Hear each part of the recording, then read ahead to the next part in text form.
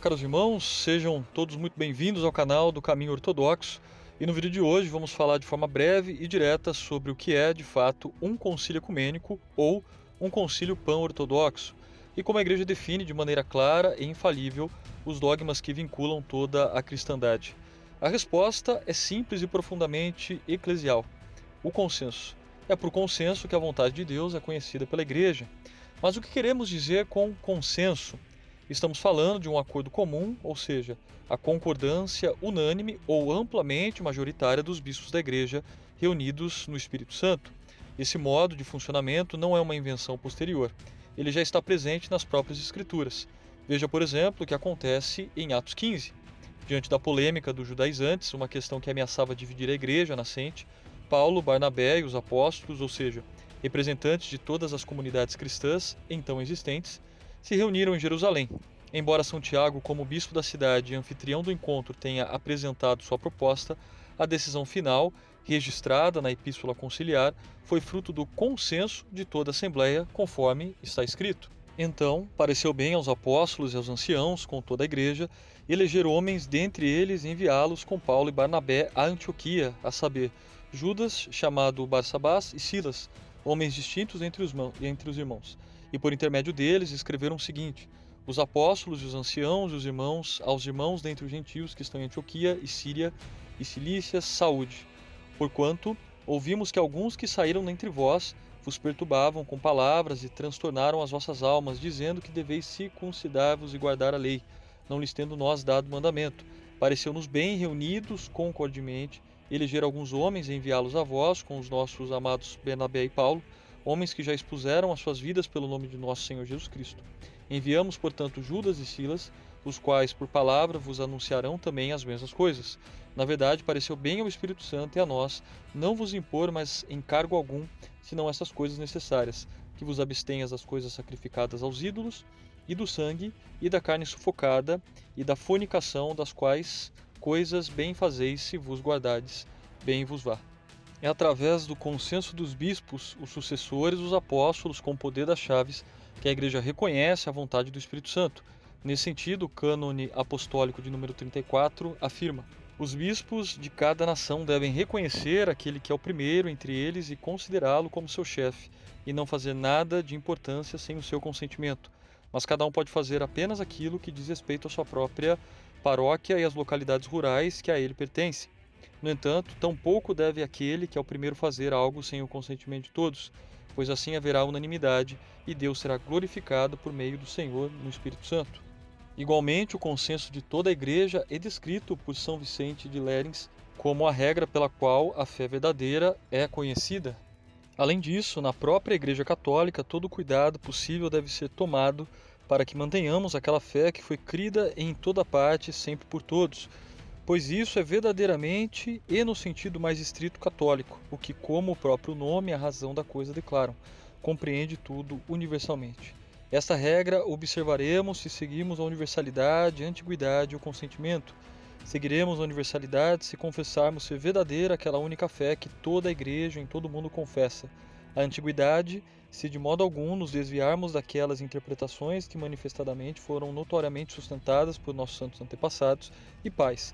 O consentimento, do mesmo modo, se na própria antiguidade aderirmos às definições e determinações concordes de todos, ou pelo menos de quase todos os sacerdotes e doutores.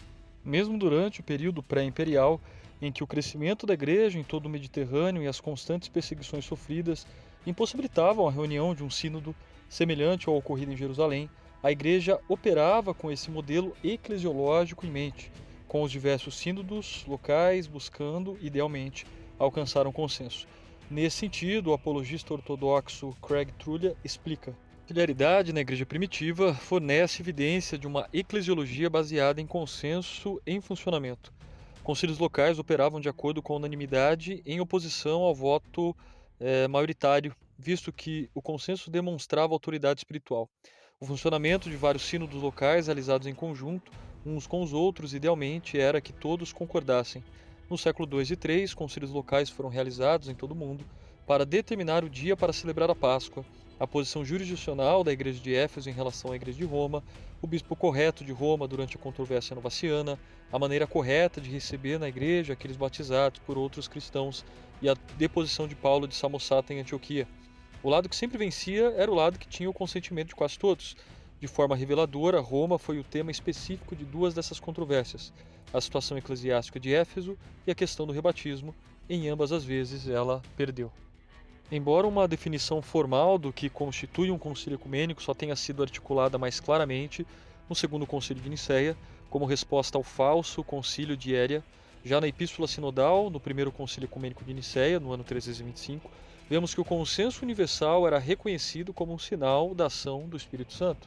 Vimos que o grande Santo Sínodo que foi reunido em Nicéia pela graça de Cristo e por nosso piíssimo soberano Constantino, que nos reuniu de nossas várias províncias e cidades, considerou assuntos concernentes à fé da Igreja, pareceu-nos necessário que certas coisas fossem comunicadas de nós a vós por escrito, para que possais ter os meios de saber o que foi discutido e investigado e também o que foi decretado e confirmado. Antes de tudo, então, na presença de nosso piíssimo soberano Constantino, foi feita a investigação sobre os assuntos concernentes à impiedade e transgressão diário e seus aderentes, e foi unanimemente decretado que ele e sua opinião ímpia deveriam ser anatematizados. Mesmo para uma ordenação episcopal, o consenso eclesiástico foi descrito pelo Sínodo Ecumênico como necessário, como se extrai da citada epístola. De modo que esses homens não devem ter autoridade para fazer nomeações de pessoas que lhes sejam agradáveis, nem sugerir nomes, nem fazer coisa alguma sem o consentimento dos bispos da Igreja Católica e Apostólica que servem sob nosso santíssimo colega Alexandre. É importante notar que para os santos padres, unanimidade não significava ausência total de dissensio individual. A própria Epístola Sinodal do Concílio de Nicéia menciona dois bispos, Teonas de Marmorica e Secundus de Ptolemaida, que se recusaram a subscrever o credo niceno.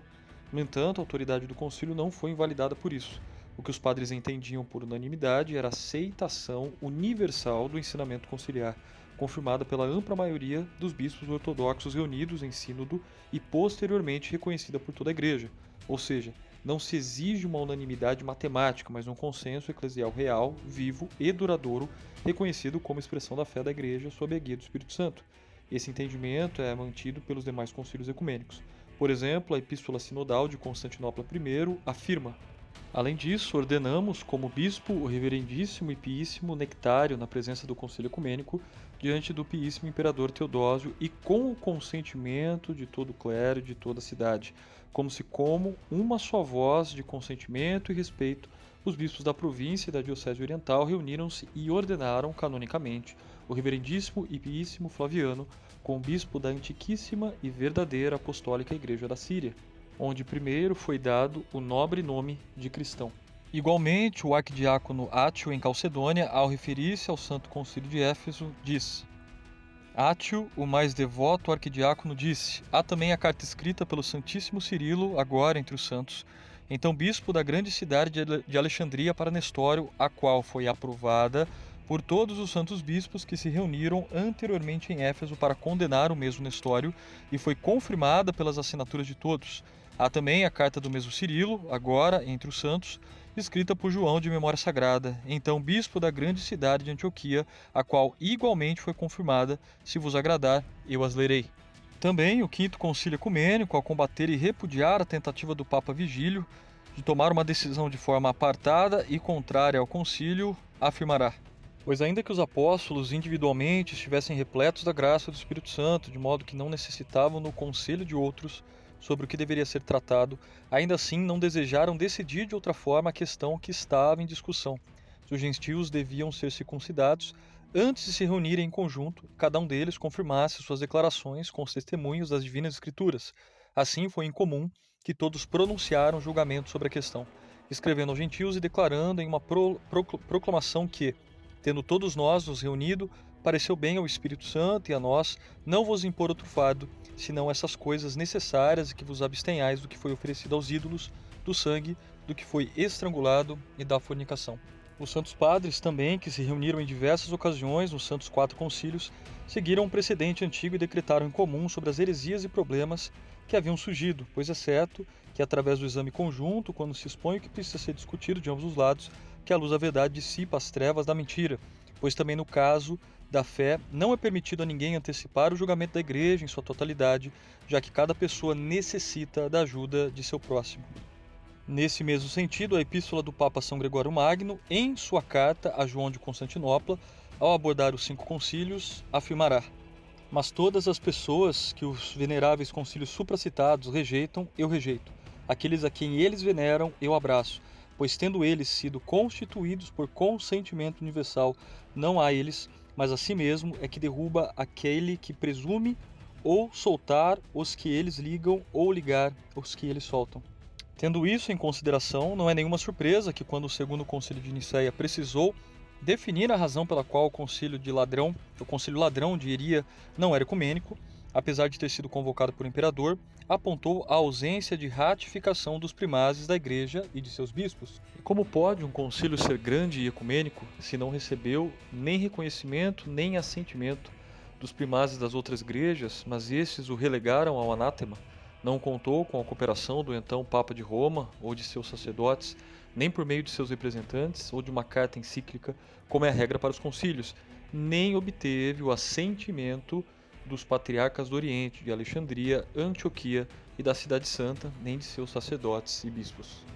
Note que, como representantes de seus sínodos, o assentimento dos primazes das igrejas, em tese, representa, conforme o cânon apostólico 34, o consentimento de seu sínodo e, esse entendimento não é a fala de um bispo, mas integra a refutação oficial do concílio ladrão de Hiria. Esse é o modelo adotado pela Igreja Ortodoxa até hoje, o que torna uma posição vinculativa a toda a Igreja e dotada do carisma da infalibilidade é a sua recepção por toda a Igreja. Esse princípio é claro e aplica-se aos grandes concílios gerais, mas não se limita a eles. Também abrange os concílios locais, quando suas decisões são recebidas por toda a Igreja, como alguns exemplos modernos que temos. Como exemplo de concílio geral em termos modernos, podemos citar o Concílio de Constantinopla, de 1872, que condenou o etnofiletismo, ou seja, a ideia herética de que as igrejas devem se organizar com base em critérios étnicos e não segundo a eclesiologia da unidade em Cristo. Essa decisão foi recebida por todas as jurisdições ortodoxas, o que confirma seu caráter pan-ortodoxo e vinculativo. Por sua vez, um exemplo marcante de decisões locais ecumenicamente recebidas é a Confissão de Dositeus, fruto do Concílio de Jerusalém de 1672, convocado para refutar os erros do calvinismo e reafirmar a fé ortodoxa. Embora tenha sido um concílio local, sua doutrina foi amplamente recebida pela Igreja Ortodoxa, tornando-se assim normativa e vinculativa para todos os fiéis. Essa recepção universal, no entanto, não é necessariamente imediata, o que muitas vezes faz com que apologetas critiquem a Santa Ortodoxia por ser lenta, ou melhor, dizendo cuidadosa, em tomar decisões vinculativas. O único problema é, essa sempre foi a realidade da Igreja, mesmo nos concílios ecumênicos. É incerto quando Roma recebeu Constantinopla I, com algumas posições acadêmicas, apenas apontando para uma recepção pacífica no concílio de Calcedônia, ou seja, 70 anos após o concílio. Éfeso apenas foi aceito por Antioquia 2 anos após o concílio, quando a comunhão entre Antioquia e Alexandria foi restaurada por pressão imperial. O cânone 30 de Calcedônia expressamente autoriza os bispos do Sínodo de Alexandria a elegerem o substituto de Dióscoro antes de fornecerem seu assentimento. O que eles fizeram, elegendo São Protérios. Parte significativa das dioceses italianas apenas aceitaram Constantinopla II 50 anos após o término do concílio. Roma, isto é, o Papa Vigílio, apenas aceitou Constantinopla II 7 meses após o término do concílio. E as decisões de Nicéia II apenas foram aceitas pelos francos como ecumênicas no século IX. Note, no entanto, que em muitos dos casos listados acima, a demora em recepção das decisões conciliares não implicou em quebra de comunhão entre as jurisdições, com as decisões conciliares sendo vinculativas para as jurisdições que a receberam. É verdade que existem exceções à regra, mas mesmo essas rupturas locais de comunhão, e não cismas universais ou divisões da Igreja como um todo, não há qualquer indicativo de que Roma ou Constantinopla tenham participado da cisão entre Alexandria e Antioquia após o Concílio de Éfeso no ano 431. Ao contrário, essas igrejas permaneceram em comunhão, ainda que tensões e disputas doutrinárias persistissem localmente. Da mesma forma, quando algumas igrejas do Ocidente romperam comunhão com Roma após o Quinto Concílio Ecumênico no ano 553, não há evidência de que tenham rompido com as igrejas orientais que aceitaram o mesmo concílio. Esses exemplos mostram que a unidade da igreja não depende da uniformidade instantânea nem da submissão a uma única sé, mas sim da fidelidade comum à verdade transmitida e reconhecida no consenso das igrejas. Existe, por óbvio, também a possibilidade de que certos concílios, embora convocados com pretensões de universalidade, permaneçam como meramente locais, diante da ausência de assentimento do restante da igreja. É o caso, por exemplo, do Concílio de Latrão de 649, convocado pelo Papa Teodoro I, com o apoio de São Máximo e presidido pelo Papa Matinho, que visava combater a heresia monotelista. Apesar de sua importância doutrinária, esse concílio não foi reconhecido pelas cátedras orientais e sequer foi mencionado pelo Sexto Concílio Ecumênico, que mais tarde condenaria formalmente o monotelismo e o monoenergismo. Mantendo a tradição do primeiro milênio, a Igreja Ortodoxa reconhece os dogmas como expressões do consenso universal do Sínodo dos Bispos, um consenso que pode se manifestar tanto por meio de um concílio ecumênico, geral, quanto pela recepção universal de um concílio local. A autoridade de um concílio não se impõe por decreto, mas se confirma quando é reconhecida por todas as jurisdições ortodoxas como fiel à tradição apostólica. Quando isso acontece, temos a certeza de que o Espírito Santo conduziu a Igreja a toda a verdade. Assim, um entendimento infalível é alcançado não por imposição de uma única sé, mas pela unanimidade da Igreja una, santa, católica e apostólica. E é isso, irmãos. Se vocês apreciaram esse conteúdo, convidamos a todos a compartilhar esse vídeo, se inscreverem em nosso canal. Um grande abraço, fiquem com Deus.